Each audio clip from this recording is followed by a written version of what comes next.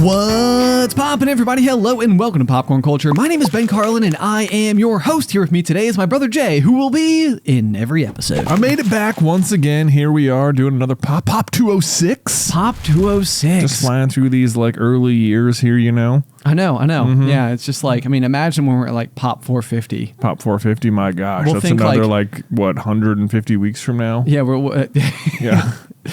250 weeks from now. Is it? Yeah, that's right. Yeah. Mm-hmm. So that'll be like, that'll be like, but then that version of us, like Pop 450 version of us, will look back on Pop 206 version of us and be like, wow, what amateurs. What were they even thinking? Did they know anything about podcasting whatsoever? Well, we have grown dramatically. I can tell you that at present state, I feel like I'm entering the age where I'm like, well, I slept funny, so I guess I'm injured now. So probably more of that.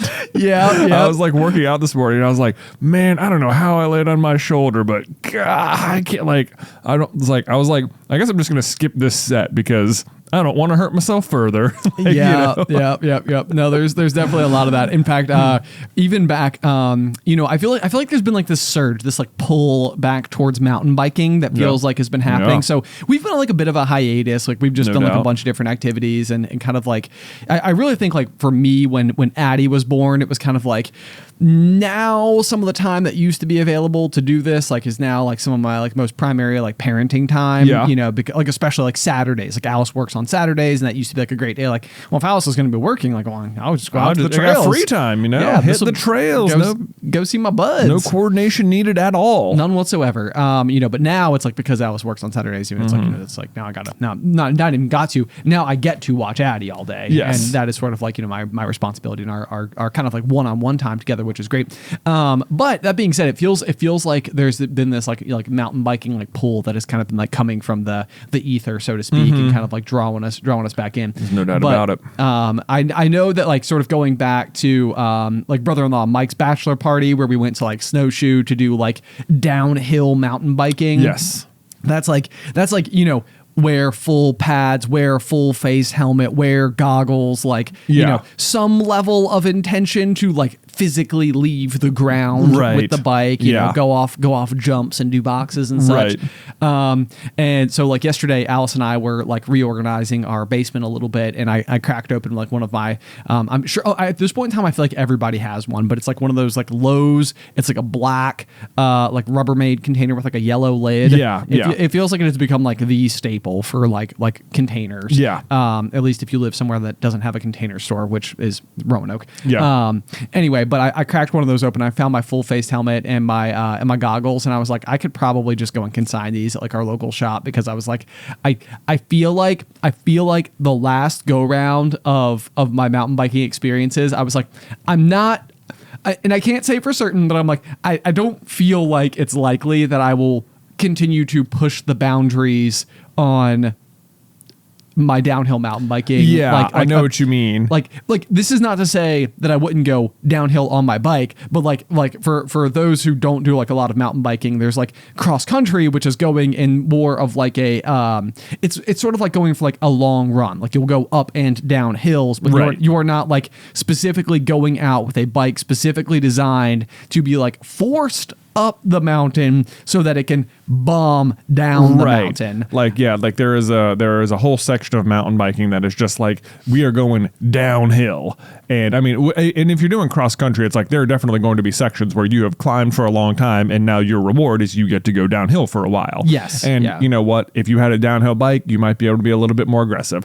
I can tell you that I personally, I always knew that like the weakest part of my game was the downhill section. Oh, yeah. Right. Yeah. But I would say that was largely true for all of us was, none of us were at our best going like bombing. No, I know. But even amongst like our usual group, I knew that I was like, I have to let the others go ahead because they will just get stuck behind me. Oh, I see. I see. Okay.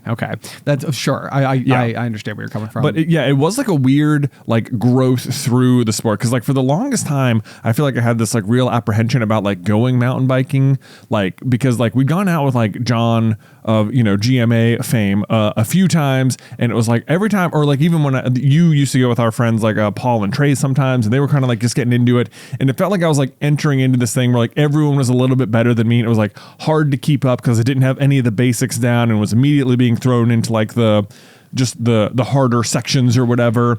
And it was like that I almost needed to like doubt. I needed like everyone to stop doing it for a while so that we could like get in there at like a base level and just sort of like ease into everything, which ultimately is sort of what happened during COVID. Yeah, like, absolutely. I we feel like all just started hitting the trails. Yes, and it kind of became like the weekly in and out of like of like what our more like we've always done like the exercise like in the mornings and sort of like maintenance related exercise, but this was sort of like the recreational exercise that we were doing. Like this was like the you go out and your heart rate goes up and you're exhausted at the end of the day, but like you're doing it for the the fun. It was like it was exercise, but that was almost like a byproduct of doing it. Yes, yeah, but because like we sort of all entered it and we're sort of like doing it together, we all sort of like progressing at like a pretty similar pace, and it was like there was like a we don't know how far to take it kind of thing. And so, you'd have like a new friend come in to be like, oh yeah, let's go hit up like, Gauntlet or something, which is just like the biggest downhill section like at our local cove area.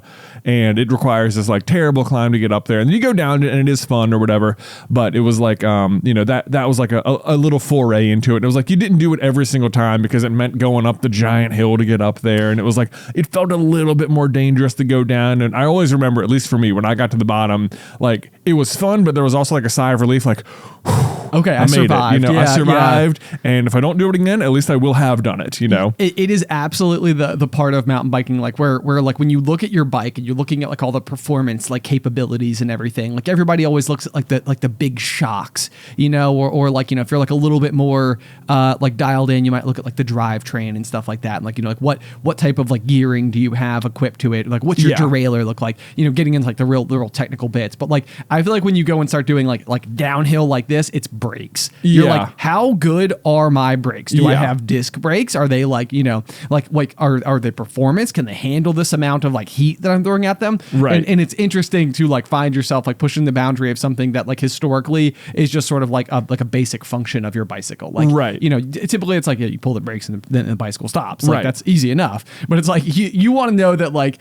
after 2.5-3 miles of straight downhill where like I'm on and off those things, like that's gonna push them to their limits. Yeah. And then there's like, there's not to say you couldn't go down Gauntlet and just sort of like try and coast a little bit, but there's definitely like, especially if you're in a group where like some people are like really trying to like bomb it hard, where it's like, the goal of going down it isn't just to go down it, it's kind of to go down it a little bit aggressively. Like there's this sense of like, if I arrive at the bottom and they've been having to wait for like 10 minutes, it's going to be like, well, I guess we know who really wears the bike shorts in this group, kind of situation. You're like, yeah, sorry, I didn't want to. No, I wasn't really. I just didn't want to die. I was like, like you feel like I just didn't want to die. There's always that like sense of like, was I taking like unnecessary risks? And it's like, yeah, maybe. And it's like, and you survived them, which is good. But like, you do that a few times, and then I remember we went out to this like little park near us called like Morningside, and there, they have like these little jumps you can do, and we spent a couple hours doing that, and I was like, okay, I got a little airborne, or like that,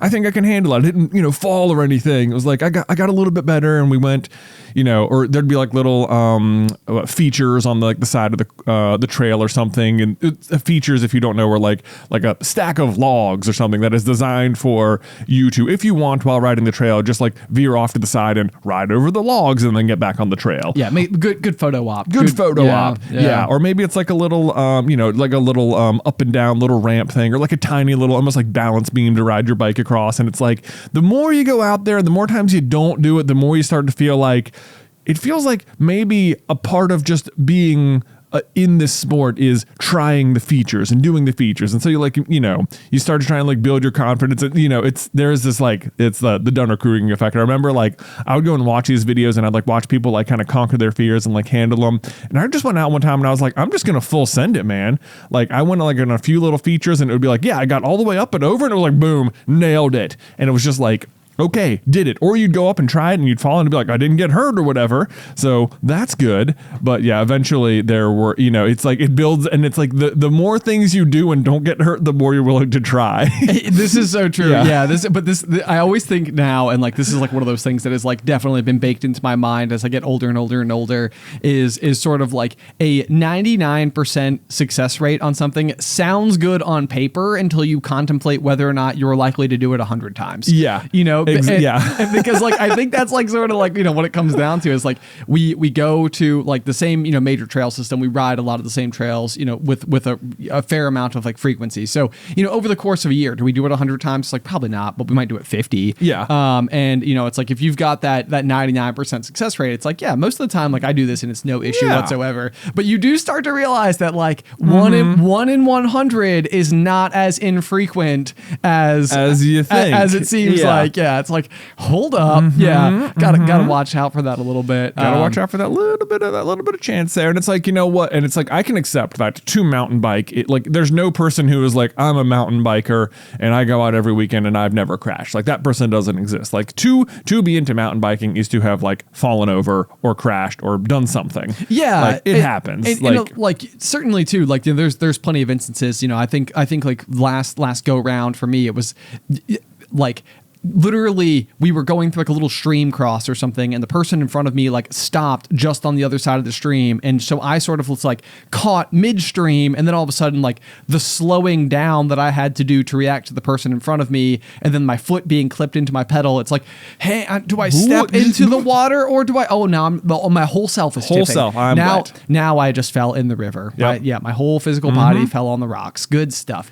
Right. That hip bruise is gonna look real modeled by the morning. Yeah. But it's like when I look at it now, because like, we went to Snowshoe for Mike's bachelor party, and I personally took just an absolutely, you know, butt over tea kettle, can't believe I didn't break a bone kind of crash at like pretty high speeds. I was out for it was the third run of the day, and I was out for the whole weekend. It was, it was not what you wanted to see. I mean, it was pretty gnarly. Like really, I've always described it like the sack of potatoes type thing. Like not for like a lack of grace, but just literally like when you start to imagine what happens when somebody goes over the handlebars and are just like moving with so much momentum across like dirt earth. Ugh. It's sort of like you're not going to skid very far, but the far that you will skid will hurt. I mean, and it did. It wasn't just a physical pain. It was like an emotional pain of just like embarrassment mixed with anger, mixed with frustration. And then also the physical pain was quite bad too.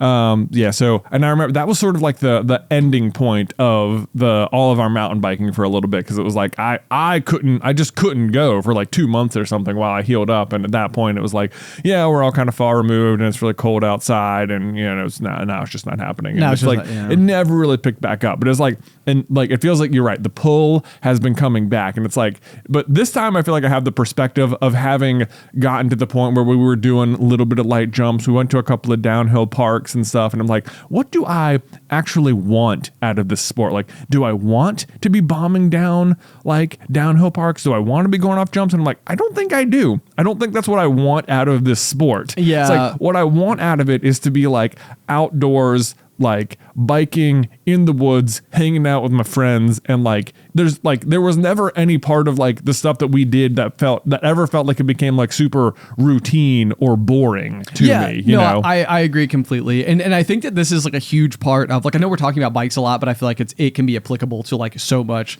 of other life. But I feel like sort of asking that inevitable question of what am I actually wanting from this overall experience, like and even like zooming back and sort of like assessing like your most positive memories and like looking at them and being like, was it the fact that like I finally got past that root system that I could never get past, you know, like before, like demonstrating like my growth in skills, or was it getting back to the parking lot and we all like sit on our butts on the gravel and, you know, have a libation as we like, you know, endure the cold and chat for like an extra 20 minutes afterwards. You know, it's like, you know, there's these like moments of camaraderie, and like when it comes down to it, it's like I think a lot of times, I mean, and it's not that I don't enjoy getting over the root system. Like that's a great feeling, and especially if you haven't been able to do it and you do, it's like, yes, like what a win! Like I'm growing, and that's like a tangible way to like feel your skills improving. Yeah. But I think that it's kind of like the risk reward, you know, I think for a while, and maybe this is even like a possible like segue, you know, out of this conversation into another one. But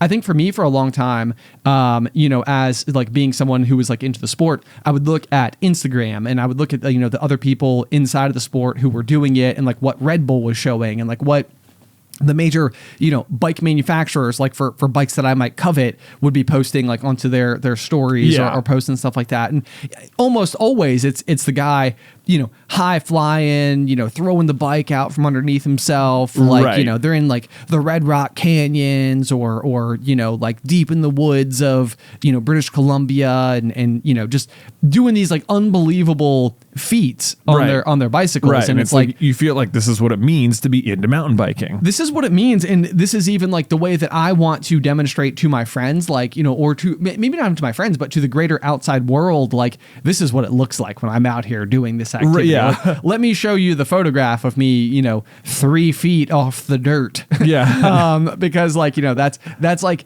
on some level you're like, this is cool. Like, like whatever.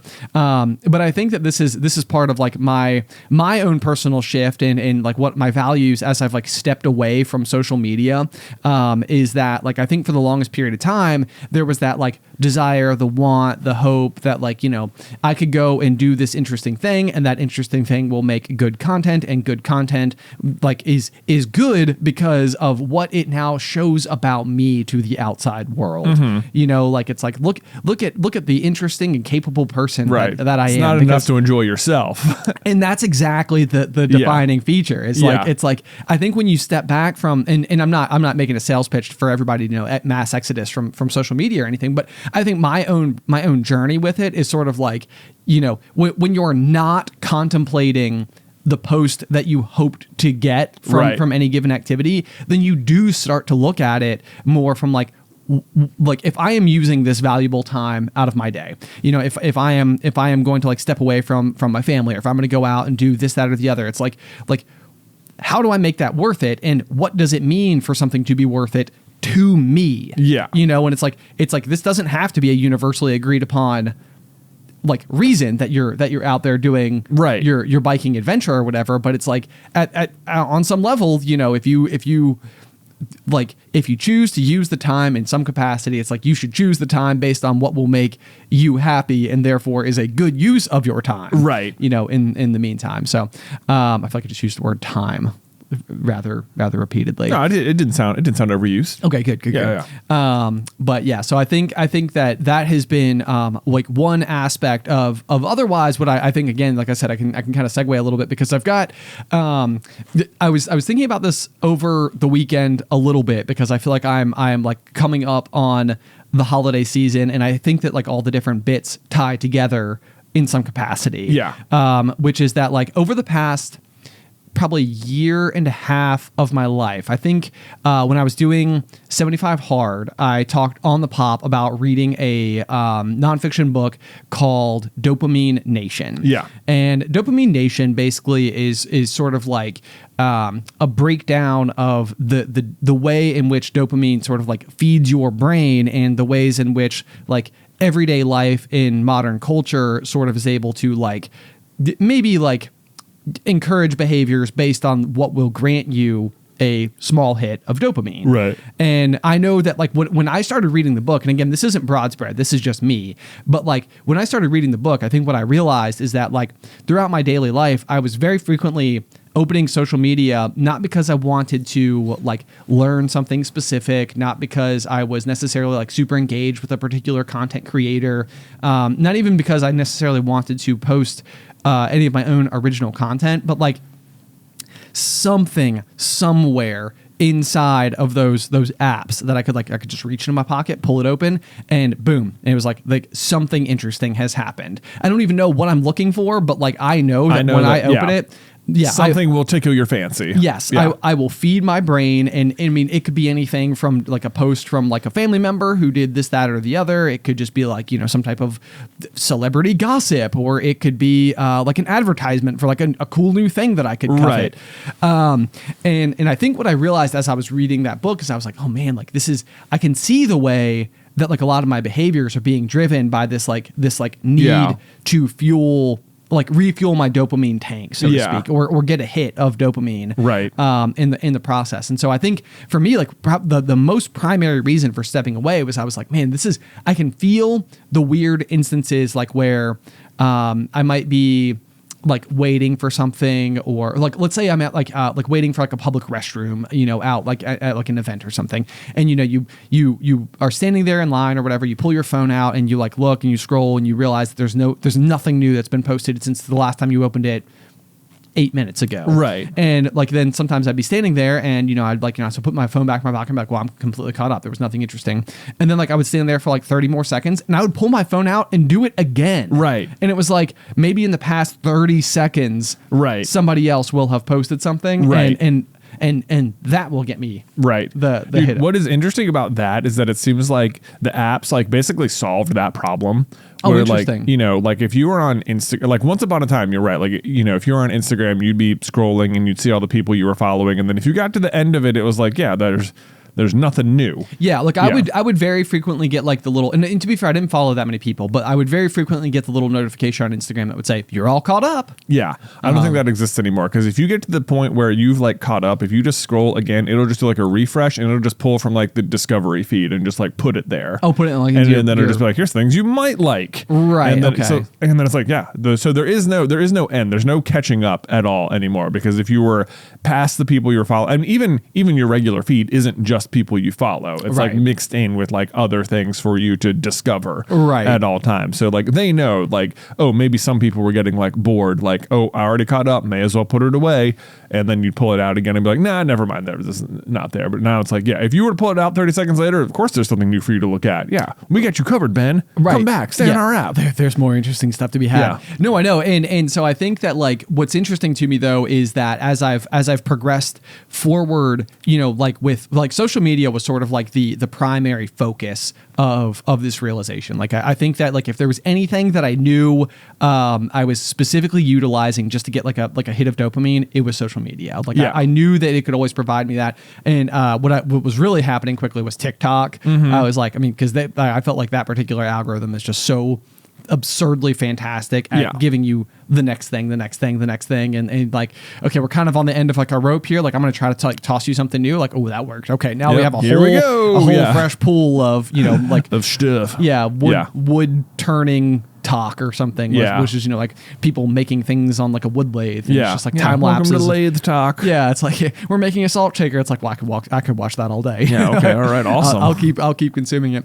But so I think it's been good for me on the whole. Like I do think that like it was like a shift that I made, kind of like the standing desk. We've talked about this before. Yeah. Like I've had a lot of ideas over the years for different things that like I could try to do for betterment. And the standing desk was one where it was like I made the decision and I basically just stuck to it. And like I have just done it every single day since I started doing it like 5 years ago or something. Like whenever I made that leap. And so same thing, social media, like occasionally people will send me like memes or like funny videos and stuff, and I will like literally click the Instagram link, which will then open in a browser under which I'm not even logged in. So it's just like, then you're watching as like a third party or whatever, and you have to like exit the like sign up for Instagram. Like there's like a little pop up that's like, hey, I see you're watching it on a browser. There's a better way. And I'm like, yeah, no, I'm not doing that. And then you have to turn the microphone on. And so it's like, it's ridiculously cumbersome. And I recognize that like what they're trying to do is be like, we're not going to make it easy to watch it on a browser, so that you have to download the app so that it's as smooth as possible. Exactly. And I'm like, I'm not falling victim to that trap. So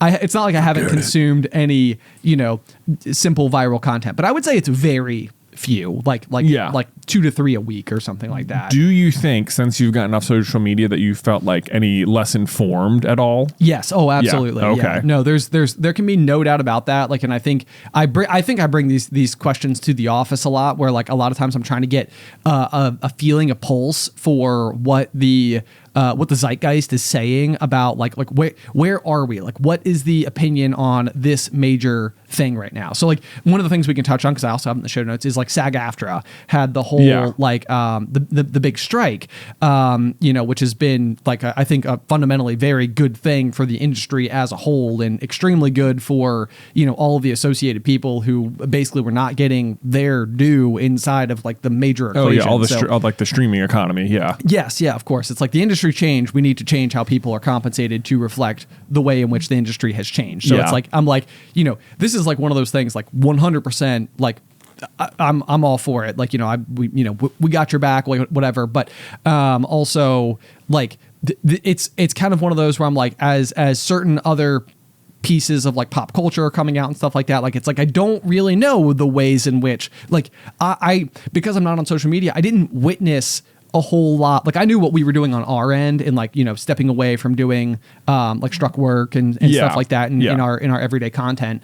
But I didn't know how the rest of the world was reacting to it, you know, or like what the general opinion was, or if people were kind of getting, like, you know, were people getting sour over time? Were people like holding total total true to the support? Were there people here, there, everywhere, you know, especially people in our position who cover pop culture type stuff? Like, did they have to fall back on it at some point in time and be like, yeah, sorry guys, like, you know, this is my job too. Like, I have to, I have to continue to, like, whatever. Yeah. You know, and so that was one, like, where I think I would frequently come into the office and be asking the question. And sometimes I think it was interesting to see the way in which people responded, because you're asking about, like, maybe like a medium grade, I'd call it low to medium grade, like, controversial topic. It seems like most people I knew were pretty much on board for supporting this strike. I wasn't seeing a lot of, like, dissenting opinions about, you know, that in particular. Yeah, I didn't see anyone being like, oh my gosh, these writers just need to give it up and go back to work. Like, I didn't see that at all. Yeah, no. That did not seem to be anything that ever made its way to my ear canals. But yeah,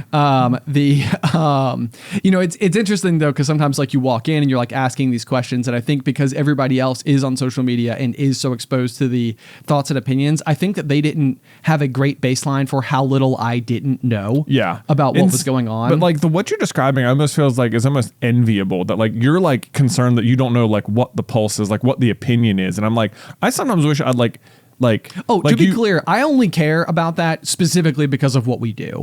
Like, I think for the most part, like, I recognize that, like, because my voice is going out, you know, to some people, it's like I need to know enough to make sure that, like, I am like informed and saying, you know, like, in accordance with like my beliefs and, like, what's out there and what has been, like, reacted to and stuff like that. So anyway, sorry, but continue. But, like, do you not feel like that, like, then maybe, like, informs your opinion in, like, a way that isn't your own? That, like, does that mean, like, you're trying to make sure that you've conformed to the correct opinion rather than, like, having your own opinion?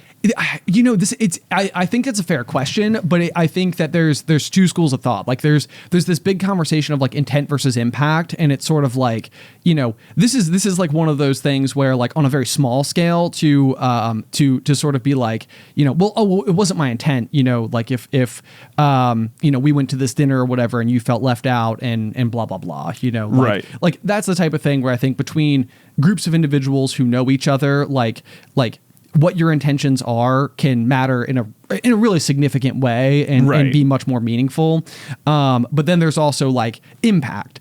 And I think the, like, measurable impact sometimes, you know, if your voice is carrying farther, is sort of like, it's like, it wasn't my intent to send this message out into the world because, like, maybe I just didn't know enough about the particular topic, or you know, maybe I could have been, like, more educated on like what I was discussing or whatever. But, like, you know, it's like, if you're just because you're wandering around in the dark doesn't necessarily negate the impact that can reverberate out into the world. And sometimes I think that that's the balance that, like, I'll try to find as well. Yeah. So, you know, I mean, there's always the opportunity or the ability, and this is why I like having conversations, you know, like, with people who will, like, I trust, that are close to me, like, where I can play devil's advocate to certain, like, you know, opinions and stuff like that, and go back and forth with people, and sort of be like, yeah, so, like, but what about this part of it? And, like, how does this work? And, you know, like, what will we do if that? And, you know, for me, it's like, I really enjoy those conversations, like, in small groups with people that I trust, because I think that, like, it allows for, like, a lot of, like, trust to be built with one another, and, like, a lot of, like, honesty and, like, you know, openness about the exchange of ideas, which I love. But I don't know that the internet is always the most conducive to those types of discussions, I guess, if that makes sense. Sure. But is it not the case that, like, those people's opinions would be formed from the internet?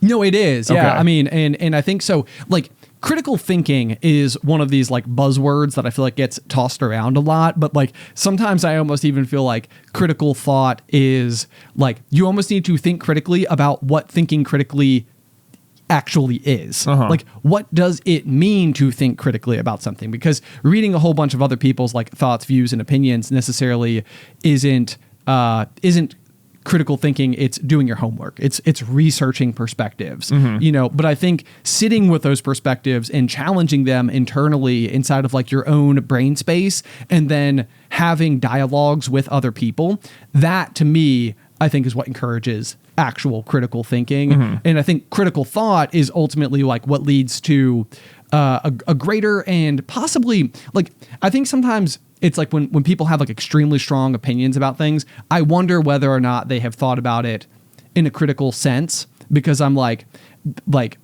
whenever there are two sides to any given argument, regardless of what the argument is, it's like, it's hard for me to assume that like one side doesn't have some kind of a point. It doesn't mean they have 100% of a point, right? But at the very least, they think that they're right for some reason, and this side thinks that they're right for some reason. And so it's like, for me, I can't ever quite break into the, like, I can't negate both sides at once. And so I feel like where that usually leaves me is like attempting to like, I don't know, like sometimes what I really want is just extremely strong opinions, just to be like absolute, like, there's nothing greater than certainty, right? It's like to be absolutely dead set, 100% confirmed, and have that conviction. It's like, that's a great feeling. Like, right. That's a good sense of knowledge about like who you are and what you stand for and what your values are.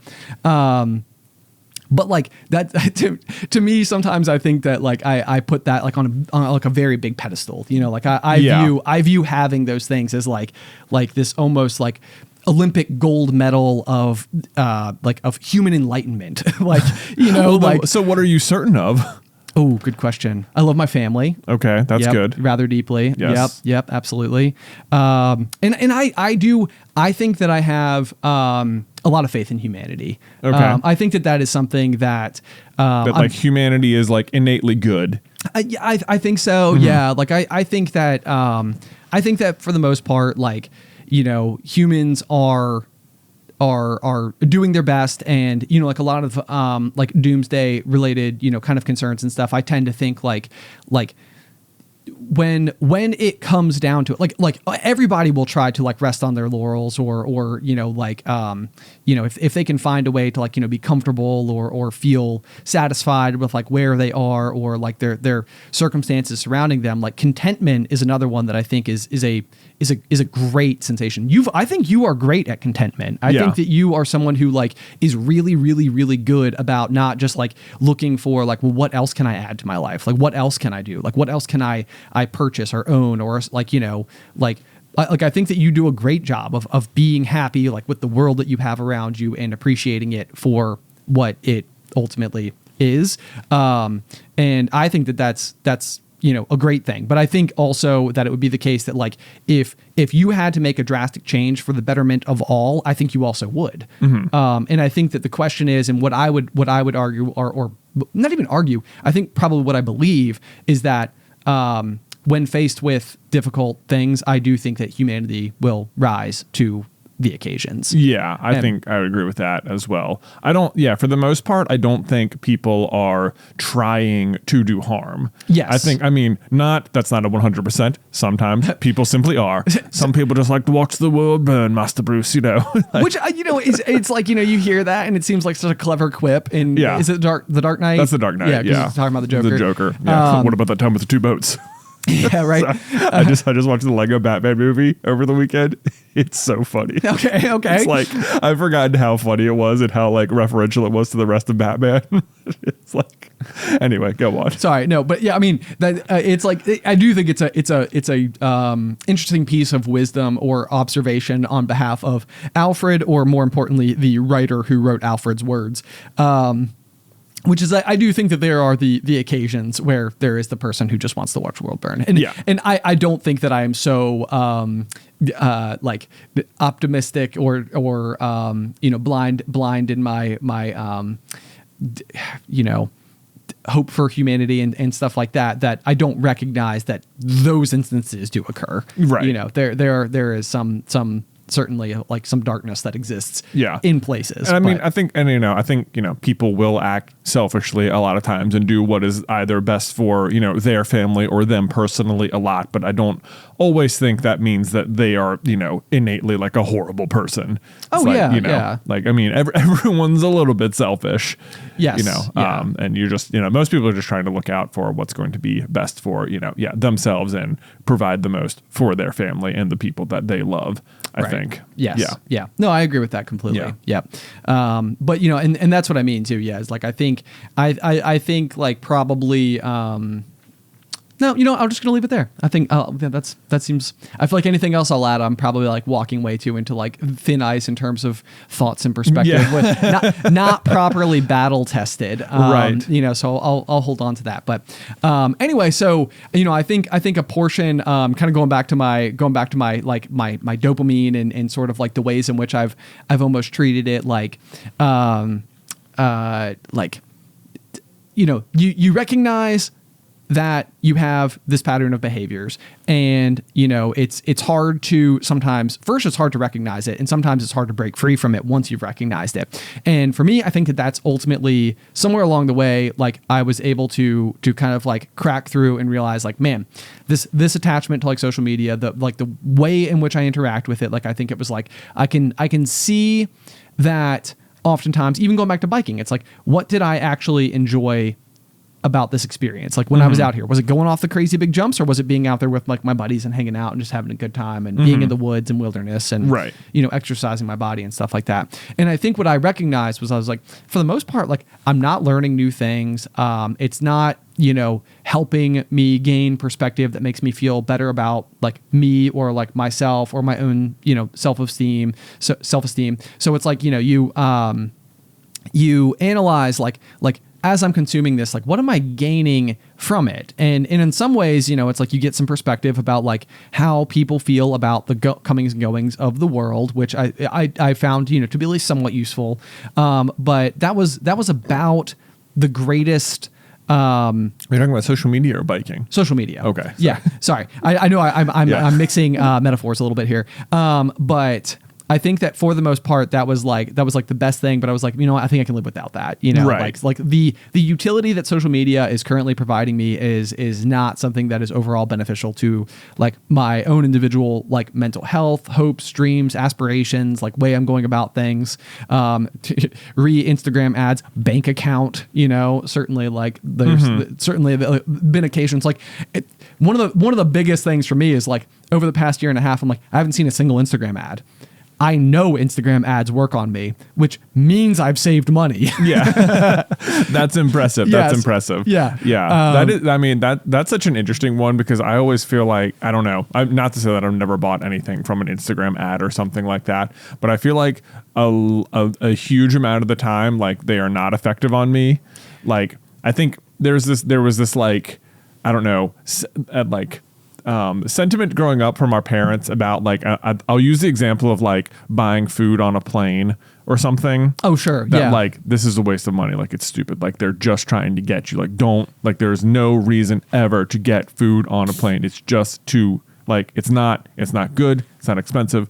Don't do it. It's a trap, basically. And this is from someone who now on planes, I love buying food. I know it is very exciting. It feels like one of those like adult things where it's like you're still like a child at heart, but like as an adult, you're like, I'm allowed to do this. I'm allowed to do this. I'll have the hot dog. Yeah. Let me give me that snack tray, that little cheese board or something like that. Let's go. Maybe that's a little dopamine hit for me, but there's I think that like mindset like still hits me with like Instagram ads or something. I'm just like, nope. Oh, sure. Or like it comes like even like this is like how far it'll go for me. Like if I search for something on Google, like let's say I'm looking for like Pokemon Center or like Pokemon Center or something. Right. Rather than typing in PokemonCenter.com, I've just Googled Pokemon Center. The top result will be a sponsored ad for Pokemon Center because they want their results to pop up. Beneath that will be the exact same link to the exact same website because it's just the top result. Yeah. And I will not ever click on the top link. Oh, I agree with that. Yeah, I'm like, yeah. nope, your dumb advertising didn't work on me. I'm choosing this one. And this is like all the time. I refuse to like reward their sponsorship behavior, even though it's exactly what I wanted. Right. Yeah. It's like that is the exact destination that I'm hoping for. However, I shall not click this particular one. Not this one. Yeah. This one. I agree with that. The organic result. Yeah, right. Yeah. What I actually wanted, which happens to be the same thing, but that's besides the point. Besides the point. No, I know. I definitely, I would say I agree with that. And for the most part, I wouldn't say that like an Instagram ad would hit me and I would be like, boom. Okay. Yes. Those boots, those look really cool. I will purchase them right now. Thank you. In cart, ad, checkout, go ahead, go. I was much more of like a slow burn, but like, it would be the case that, like a good example would be, for the lake, I bought this like inflatable dock. Yeah. And it's like, if you can imagine like your standard, like lake day float, you've got like an inner tube or like a lounger or something like that you might sit on. This is like, it's like inflatable stand-up paddleboard material. So like super thick, like rubberized material that can hold like a lot of pressure. Yeah. And so like when you inflate it, you basically have like a 10 foot by 10 foot dock that you can now station out in the water and like walk around on and interact with. And like a lot of people can sit on it at once. And it comes from a company called Bote, B-O-T-E. And this was one where I would say, like, I got the Instagram ad for it. And it was sort of like, I was like, wow, that's really cool. Like, to the point where it's like, I want to go check out, like, just their Instagram page itself. So then you go over to the Instagram page and you're like, wow, like, this vibe, this whole brand, whatever. I'm like, this matches. Like, I can get on board with this.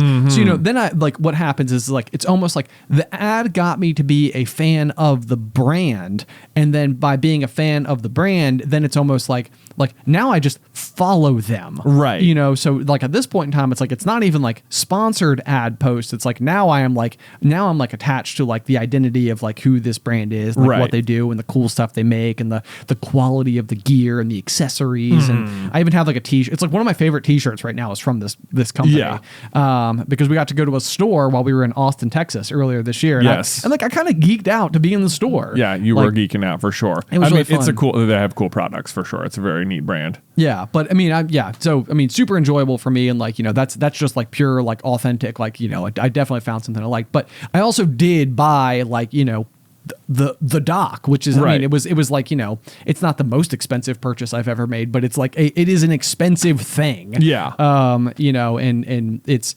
like. I think what dawns on me, and maybe this is like the way to illustrate it, is that like, by not being on social media, like I haven't even found brands that I might resonate with. Right. So it's like, even though I really like this brand and I like the stuff that they make and I have bought other things from them and I was excited to be in their store when I was like, I'm also aware of the fact that had I never seen it and had I never known that I was missing out on it, that I would never even know to miss it. Right. And I would have never made the purchase. Right. And so it's like, it's interesting because it's like, it occurs to me that I have also somehow, for better or for worse, avoided that kind of exposure by not being on there. And I think that could potentially link up with like my next piece of insight about my dopamine, like withdrawals or weaning myself off it, or whatever you want to call it, is that like dopamine is something that it's like, I keep talking about it as if it's like a drug, but like your brain makes it. Yeah. Like it is like a functional part of how we exist out inside of the world. And like when your dopamine, like is produced, it's usually telling yourself like, hey, I'm doing a thing that I enjoy. And probably most people's passions spawned from this exact thing. Right. Like you're not on social media, but if you were out splitting wood, you probably get a dopamine hit every time you crack the log in half. Yes. Yeah, exactly. Like, and like probably the reason that I have such a relationship with splitting wood is because it is a reliable place for me to go to get this exact thing. Right. And so this is sort of like where like my piece of like cautionary, or like where I am still learning, on this like adventure that I've been on for the past year and a half, which is that like the other thing that I have been known to do is basically I will like line up all of my trips so that they are, like trips, vacations, weekend getaways, like the When We Were Young music festival, like just as an example. I will like typically line stuff up throughout the year in such a way that like I pretty much by the time one thing ends, I usually have the next thing like just on the edge of the horizon. Right. And at a distance that is comfortable for me to where it's like I know that I would not enjoy just being on vacation every single day of my life, because I think, that's the example of like having candy for breakfast, lunch, and dinner. It's like, it's too much of a good thing on some level. Like you get fulfillment from going and doing the thing that fulfills you, which for many of us in some instances are our hobbies and our careers. Or our family as well would probably be the really big one that people source this from. And so what's happening inside of my brain though is that now I'm kind of like, okay, I've gotten through a big year where like I've had a whole full slate and we've got like our Disney cruise on the horizon. So I can't even claim that I'm not still existing inside of this thing. But I think as far as I know, that's the last thing I've planned. And I think because like travel-wise. Yeah. And I would say on some level, that's a little bit unusual for me. Like I would say I would already be looking at like right now in November, I'd be looking at next year's like Memorial Day plans right around now. Like, so I'd be like trying to plan for like, what will that weekend trip look like when we inevitably have that like long weekend and stuff like that. And so the big thing that I'm trying to assess is that I think, you can look at it like a game of keep it up, like with like a half deflated balloon, know, like you're popping the balloon in the air and it's a lot of fun to see how long you can go without letting it touch the ground. Right. And for me, that's how a lot of these like activities and behaviors that I like implement into my life, that's how they serve. It's sort of like I will be good for 3 months before I need to do my next like little like keep lift. it up. Yeah. My next keep it up. Yeah. The next day. And it's like, I think your example of like going and splitting wood being like a good use of like dopamine. It's like, I think that because I recognize like, oh, you're doing this because you're always wanting to be sure that what will be the next thing on the horizon. But like on some level, like I think that that's also a good thing, is to like know yourself and know like on some level, like this is about how often I need to have something like refuel my tanks, or like, I don't want to like live in a world where I'm like, what? I never want to experience dopamine ever again. Like, it's like, okay, Ben, there is the active measures that you can take to better protect yourself from just like needlessly dumping your brain with it. Right. From being like addicted to it. Precisely. Yeah. Right. And then there's also the like, I'm a social dopaminer, Yeah. Right. I like to fight around. That's from Lego Batman movie. I was gonna say, we got some more Will Arnett Batman coming our way, I'm sure. So no, I think it's interesting because like you could even go back to you using the movies, for example. I think for a while there, I was so inundated through social media with these hits all the time and always that sometimes like going to the movies, like I wasn't even like having fun or looking forward to it. Bummer. It was just sort of like, this is just a thing I'm going to do now. And it's like, well, no, that shouldn't be the case. And so I do think that like having stepped away and having it come in more natural doses for me, it's like, this Thursday we have a premiere, I am excited for it. Yeah. There will be popcorn and drink and candy, maybe. Right. A pop shootery board. Exactly. That'd be fantastic. Yeah. Which by the by, editor Isybelle did send, or maybe it was Kat. Someone in the office sent us a snackle box, which is effectively like what we were describing. Which is like it's like a tackle box, for like holding all your fishing lures and whatnot. Yeah. But like you fill it with like all the little squares with like different with small little amounts things. of candy. This is what we do at my house. Sometimes we just do snack tray lunch where you just take like a muffin tin, like that you would cook muffins in. Yes. But each little muffin cup is then just filled with like a different thing, where it's like, goldfish or chips or, cheese or pepperonis or something. I love it.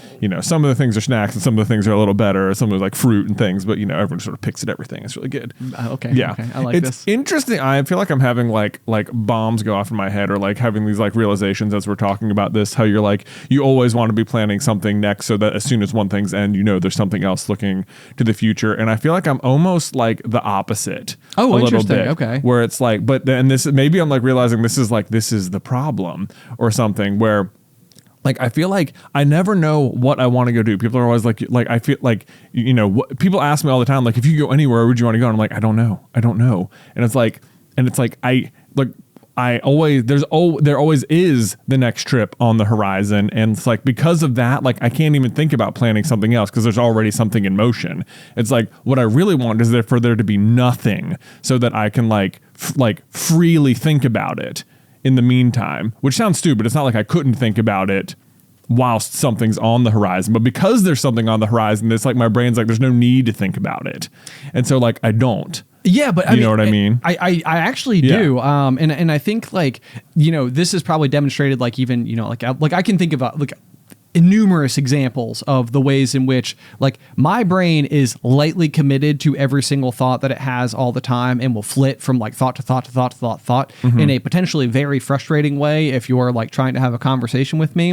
Whereas I think you are really good about like dialing in and focusing, and like the thing that lies before you is like the primary like function and focus of all of your thoughts at once. Yeah. And I think that the end result of that, like, I mean, you could apply this to this. I mean, take the board games, for example. We've talked about it endlessly here on the show, but like when I'm playing a board game, I am also thinking about taxes. I am also thinking about like whether or not like I need to get home to let my dogs out because like when was the last time that they were fed or something like that. Like I'm, like as I'm sitting there inside of the game, I am not only thinking about the game. I am thinking about a lot of other things, which one, I think takes away from my ability to be good at the game, and two, probably just takes away from my general enjoyment of the game itself. On the flip side of things, I feel like when you're playing a game, it's like your brain is like fully invested in the game. And it's like you're thinking about like all the various moves and like what the setup of the board is and like what's happening over here and like what the inherent strategy is based on like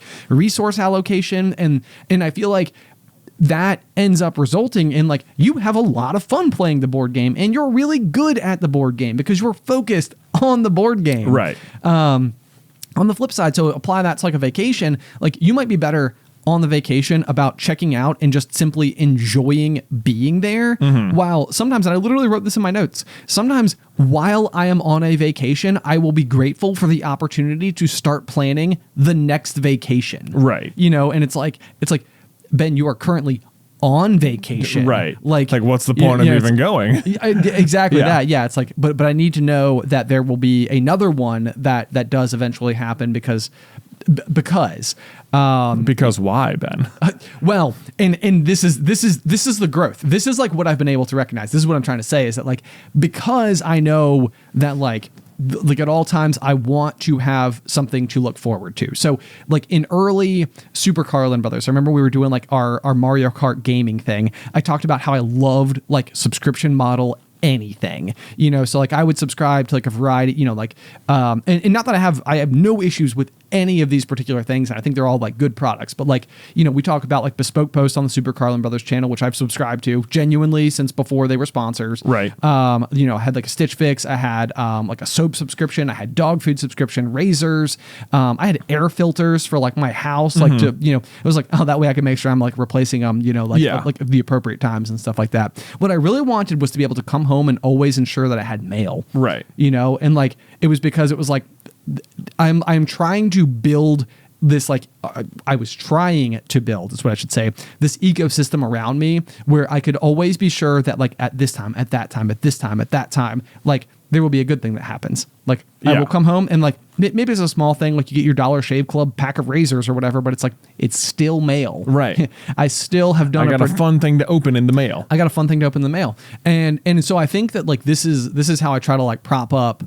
This is how I have tried to prop up ensuring that like I will have like a steady drip of dopamine day in, day out, all the time, always what's next. Right. And so for me to backtrack on this, it's like the like blinding realization of how many things I was doing to ensure that this was always like being accommodated. Yeah. It's like, I don't know if we have even said the word addiction, but like, it's like, that is when you start to feel like, oh, that maybe is what this is. Right. Yeah. Like we used to like always joke about like, oh, Ben bought a thing. Yes. Yeah. Yep. Ben bought a thing would be a really good one where it's like same thing. So it's like you get to the office and it was really fun to bust out the vlog camera and be like, hey, what cool new object came in this in the time, mail today, you know, yeah. like let's see. Oh, we got a Roomba. How much fun? What are we gonna name it? Like, you know, it'll be so cool. Similarly, I think I could even go back to, you know, my high school days, and you can attest to this probably more than anybody else would have witnessed it. But I was texting all the time. Like, I mean, just so always on. And I think that there were like very often there were cases where somebody would text me a lot, and this person would actively be like annoying me or bothering me, and it was like why don't you just stop responding? Right. Like don't, like, you know, if you don't respond for 3 days in a row, I bet they'll stop. Right. You know, sending like the next message. We didn't have a word for ghosting back then, but right. Yeah, exactly. Yeah. Yeah. But you don't have to, like, or you can just answer a question and not follow up with another question, you know? Yep. Right. Yep. Like, you could just say, like, you know, you can answer them and then that be it. Right. You know? Right. But I think this was like one of the early stages of it, was that, like, I remember when I first had my relationship with texting, you know, it may have been like a girl I had like a crush on or something who would like sent me a message. So every time I got a text message, I associated that with like, boom, something good happened. Yeah. You know, and it was kind of like, okay, like, I like when texts come through. I like to make sure that, like, when I get out of class, there's unread text messages waiting for me. Right. And it was almost like it didn't matter what they were. And this is exactly what social media came to me. It's like, it didn't matter. Like, I don't even care about what the, you know, like I said, like celebrity gossip. Like, I'm not invested in that. Like, that's not an interest of mine. Yeah. And yet, like, I could still see it. It would still do its function. Yeah. You know, and it was like, that's how it was for me, like in the early days when you didn't have so much other available, you know, like feeds and social media sources and smartphones and stuff like that. Like, I could always get more texts. Yeah. And so it was like, I would never, I mean, and at the time, I'm sure I didn't realize that this is why I was acting in the way that I was acting, you know, but looking back on it, it was like, well, no, I wanted to make sure that, like, I could always wake up in the morning and have a text message waiting for me or like whatever.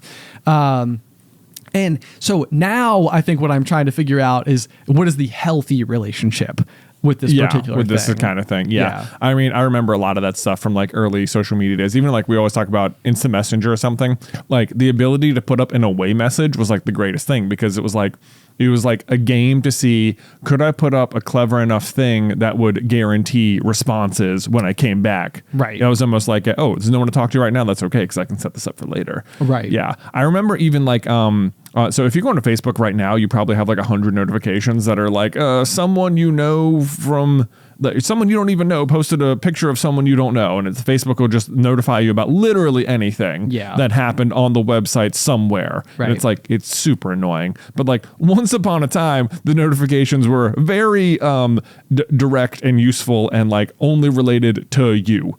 And you would get on and it would be like, you know, oh, someone posted on your wall. Someone posted a response to you. Someone liked a picture you posted. Someone tagged you in a photo. Like, it all made sense. Now it doesn't. You know, Facebook, whatever. But I remember, like, it was always so great when you got on, and sure enough, you had like a bunch of notifications. It was like, oh, because people interacted with you. That was great. And I remember going through a couple of times, like, and realizing that, like, I can guarantee I get notifications if I go through and just post a bunch on, like, if I go through and take the time to post on like 15 different people's walls or pictures or something, guaranteed when I get back on, I'll have those things. But like, I would like immediately and it like felt so good, like when you had those, but then I would also recognize that, like, I'm only doing this, I'm not interacting with this stuff naturally. I'm specifically doing it so I will have notifications. And it was like, internally, like, I knew those notifications were like disingenuous. Like, I manufactured these notifications. They weren't like my genuine interest in interacting with the content itself. Right. You know, and it was like, and I think I caught on to like it feeling like it didn't count fairly quickly. Not that I didn't, you know, continue to post tons of stuff online. It's our whole living, you know. It did kind of become who we are. It did. I do recognize the fact that as people who are online content creators, a lot of this conversation probably comes across as fairly rich. Sure. Yeah. Well, that's rich. Oh man, but yeah, I do remember it kind of going through that. Or I mean, not just then. You know, every now and then, if I post something I'm like really invested in, I'll very much go and check. Like when I was posting the vlog, I was much more engaged with all those comments and stuff because I was much more like hands on with every single aspect of it going up, and it was like much more personally about like me and my family. And like I really wanted to see what all the stuff was. Yes, yeah, of course, yep, absolutely. Yep. But no, I think you're right, and like I even remember there was back in my MySpace days, like speaking about like some of these notifications like falling flat a little bit. Yeah. But I remember like in my MySpace days, I was like dating this girl, I think when I was like 15 or 16, and I remember. Like one of the big things that you did back then, or that was kind of like quietly expanding, was that like when MySpace was first released, I think you were allowed like 8 photos total, like that you could put on your profile. Oh, so okay. like in the early days, it was kind of like, you know, your 8 photos needed to be pretty darn impactful photos because it was like you had so few that you got to share about this is who me is. These are the 8 pictures of myself that I chose to represent me here. Yes, and my whole personality. Yeah. And but then like as time and so like with that, it was like one of those things like where if you posted a photo, you know, it would usually warrant a response, especially from like the person you were like dating or talking to or something like that. That would like, you know, go on and like leave a comment because you posted a new photo and that was a remarkable thing. Yeah. And I remember like they would expand this, and you know, it seemed like each new iteration of it would come out and like they would be like, oh, now you can have albums and you can post like whatever. And I remember getting home from a trip from Vermont one year, and the girl that I had been dating was in that era of like Livestrong bracelets. Yeah. Yes. And so I think that I had already lost my original Livestrong bracelet, like the little like rubber like strap bracelets, if you can imagine, which were super, super in at the time. And the girl had given me one that like had like a phrase on it that was like something to do like with our relationship. So it was still a yellow rubber wristband. Okay. And I remember like, you know, I wore it up to Vermont that year. And so like in all of my photos that I posted in the album, it was in almost all of them. Yeah. And so like I remember, you know, logging in after I posted my album of all my Vermont photos, and it was like, you know, 19 new picture comments available. And I was like, wow, 19, that's great. Whoa. That's amazing. Yeah. And I click on it, I go over the album, and like the first one, she's like, you know, she's like, oh, you're wearing the yellow bracelet. And, you know, it was like it was her recognizing that like in these photos from like our big family trip, like there it is, like there's the thing she gave me, and like she recognized it. And it's like, you know, I go to the next photo and she was like, yellow bracelet, and I go to the next photo and it was like the bracelet, and I go to the next photo and it was like, there it is again. And it was like all she had done, what like she had gone through, she had done the task. This is like when dating becomes like a checklist. It was like she knew that like the zeitgeist at the time suggested like this is what people in relationships on social media do. You have to comment on everything. But like she said nothing about any of the photos. Like, not like, wow, that's so cool that you're jumping off a cliff, or like, wow, what a really great fish you caught there, or like, you know, like nothing. It had nothing to do with the subject. And I was like, oh, she is not commenting. Like she is not commenting on the photos. She is like doing a task like that is like it. Yeah, it's like a social obligation to, you know, like the family chat sent a photo of you know, a puppy, so it's like, oh, you know, like leave the heart, you know, or whatever. Like, you know, it's like there is a certain amount of like reactionability that like we all sort of like know and expect from one another when it comes to the ways in which we like share any aspect of our lives digitally. And I you know, I think I'm, you know, again, I'm like 15 or 16 at this point in time, and I was like, oh, like it was like a glass shattering moment where you're like, of these 19 comments, they are all from the same person, and they all say the exact same sentiment, and that sentiment is kind of flat, like, you know, it's like it's very singular, like in terms of like what she was actually saying. And so it was like, oh man, okay, so you know, it's probably, I suspect it's interesting. I suspect it will someday be studyable. The you know, like ways in which we ultimately like interacted, you know, with all the various, you know, like platforms and like what they did and how they got us, and like probably on some level it's like it's so new that there hasn't been enough time to study like the overall. But it will be curious to see. yeah, it'll be like, oh, here's when Twitter started and here's when all of this dissent started. It's like, you couldn't see it at the time. It was very gradual, but by the time we got to 2040, oh my gosh, Right. Yeah. What are the odds? 2009. Yeah, it's like you probably lived through, or we have probably lived through much more meaningful things that history will understand better than we do currently. Yeah, we're just surviving. Yeah, man, we're just out here doing our best. Right. We're doing, you know what? And that's it. Yeah. We're doing our best. And you know what? I bet the listener at home is also doing their best. They're doing their best. You guys, whoever you are, you're crushing it. You know what? Bravo. I'm extremely proud of the decisions that you made today. Yeah. You're doing, and you know what? And I bet there's someone who needed to hear it. It's like, but like, no, we see you, we hear you, and you're doing awesome. Yeah. Just give yourself a big old self 5. And if it makes an especially loud like clap, then you'll know that it was sent through the ether sphere from us to you. Yeah. Because it's like that perfect, like when you do a perfect high 5, everyone in the room knows. Oh yeah. It's like, whoa. Yeah, that's what we're sending you. We're sending you a perfect high 5. But if you gave yourself a self 5 and it didn't make the loud clap noise, then it didn't quite work. So maybe just try again. Because it will be great if you got it from us. Anyway, I feel like that's a good place to stop. I think so. Okay, Yeah, perfect. we managed to stay on like almost one topic the whole podcast. It's incredibly unlike us. Very unlike us at all. Yeah. Especially because I had like a few different possible things. So yeah, me too. Great week for after the final pop. So we'll give a little plug to that. Right, yeah, go check it out because we have less impactful things to talk about probably. Yes.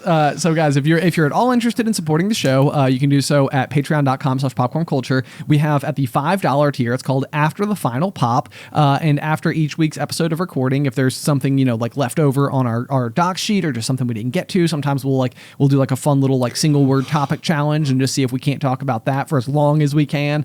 There's lots of really cool stuff. And if you're just like, man, I'm caught up on popcorn culture, I want more stuff, you get access to the entire back catalog just by signing up even for a single month for the duration of that month. So 15 to 20 minutes, extra little bit of pop each week, and that's going to be available at patreon.com/popcornculture. But otherwise, until next time, Pop.